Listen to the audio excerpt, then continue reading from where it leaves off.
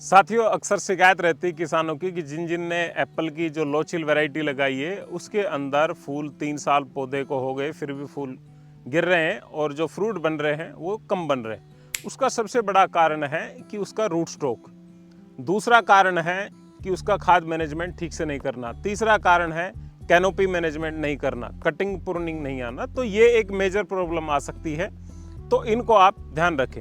सबसे पहले आता है कि जी हम रूट स्टॉक का जो सबसे बोनी किस्म है वो है जो प्रचलन में है, यानी कि जिसके 90% पूरे वर्ल्ड में बाग लग रहे हैं, वो आज के दिन M9। जो पुराने बाग जितने भी आप कश्मीर वगैरह में देखोगे तो वो सारे ही सीडलिंग पे ग्राफ्ट है, यानी कि सेव का जो बीजू पौधा है गोल्डन वैरायटी का, वो उगाया, वो बड़ा किया, 1 साल बाद उस पर ग्राफ्ट कर दिया, वो है रूट स्टॉक। स्पेशल किस्में हैं सेव की जो फल नहीं देती, ओनली जड़ का काम करती है और ज़मीन से न्यूट्रेंट लेके फिर पौधे को ऊपर जो साइन ग्राफ्ट की है उसको देती है, फिर पौधा ग्रोथ करता है। तो वो जो जिस नंबर का रूट स्टॉक है, जैसे इसमें अमला सीरीज है, जिनेवा सीरीज है, तो इस तरह का ये सीरीज है। इसके अंदर जो रूट स्टॉक है वो अलग अलग नाम से आते हैं, अलग अलग नंबर से आते हैं, तो उसके अनुसार ही वो ग्रोथ लेता है।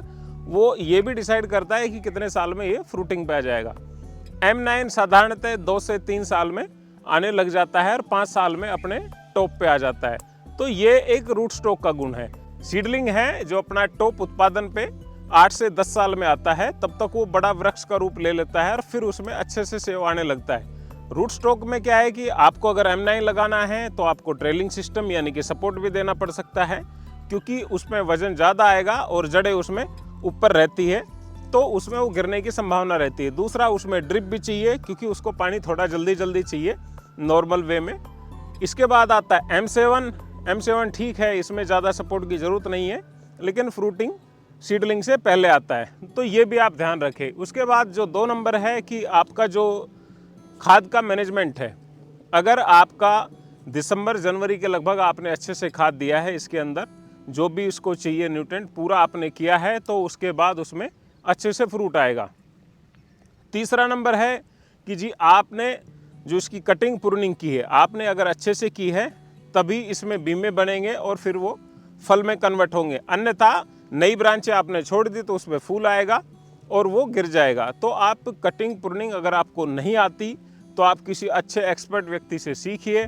फिर भी आपको समस्या हो रही है, आप दूर बैठे हैं, एक्सपर्ट आपके पास नहीं है, तो उस पौधे को उसी हालत में छोड़ दे, बस अंदर से थोड़ा सा कटिंग कर दे, जिससे थोड़ा पौधे में हवा वगैरह का संचार अच्छे से हो सके। दूसरा, जो डेड ब्रांचें हैं यानी कि जो सूखी ब्रांचें हैं, उनको समय समय पर काटते रहें। जब भी काटें आप कच्ची या सूखी जो भी ब्रांचें काटें, COC 3 ग्राम पर लीटर का फंगिसाइड का स्प्रे भी करें, ये आप ध्यान रखें। दूसरा, माइक्रोन्यूट्रेंट है, NPK वगैरह है 19-19-19, इनका भी समय समय पर जैसे जैसे पौधे को चाहिए आप स्प्रे करते रहें। अब बात करते हैं कि जी ये जो पौधा है ये अब की बार ये रूट स्टॉक का है M9 पे, और इस पे जो आप फ्रूट देख रहे हो, नज़दीक से देखेंगे आप तो इसमें इस तरह के ये फ्रूट है।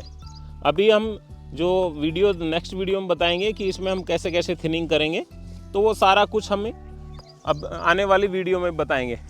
ये जैसे ये इस तरह का, यानी कि पौधे की जो हाइट है वो कम है, फ्रूट ज़्यादा है। और भी दिखाते हैं आपको, ये जितने पौधे हैं ये सारे हमारे M9 रूट स्टॉक के ऊपर है और सभी में इस तरह का ये फ्रूट लग रहा है। ये जो आप देख रहे हैं ये सारा, ये सब हमारी नर्सरी पे ही है, जय हिंद नर्सरी, भिवाड़ी, राजस्थान। आप जो ये पौधे देख रहे हो हमारे, ये देखिए आप, ये सभी रूट स्टॉक के। इसके अंदर क्या है कि अधिकतर जो फूल है वो फल में ही कन्वर्ट हो जाएगा, आप ये देखेंगे। बस इसमें अब क्या है कि हमने थिनिंग करनी, यानी कि इसमें जो फ्रूट है वो कम करेंगे, वो भी मैं आपको बताऊंगा।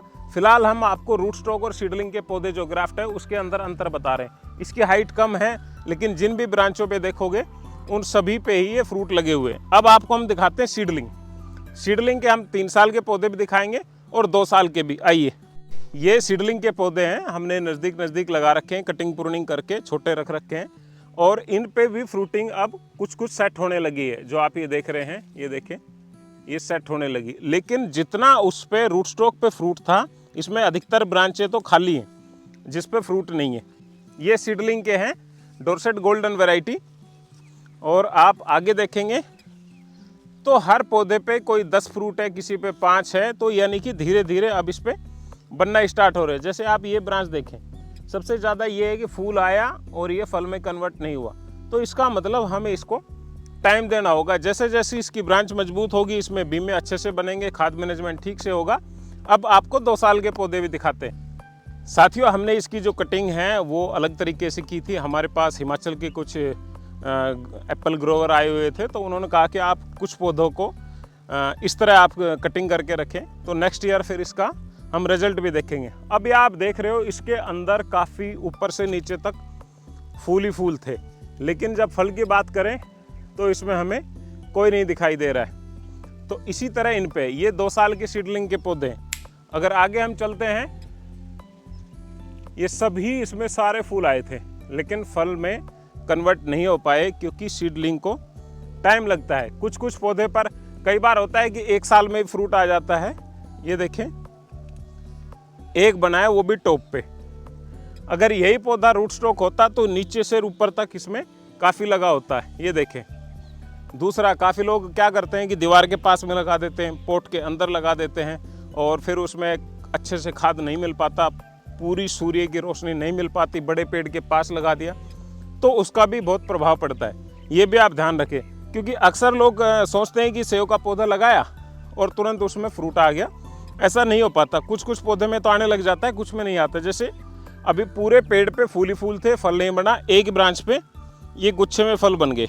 ये देखिए आप, ये नेक्स्ट पौधा है, इस पे इधर बने हुए हैं कुछ फ्रूट। ये करीब 4 फ्रूट ये बन गए यहाँ पे।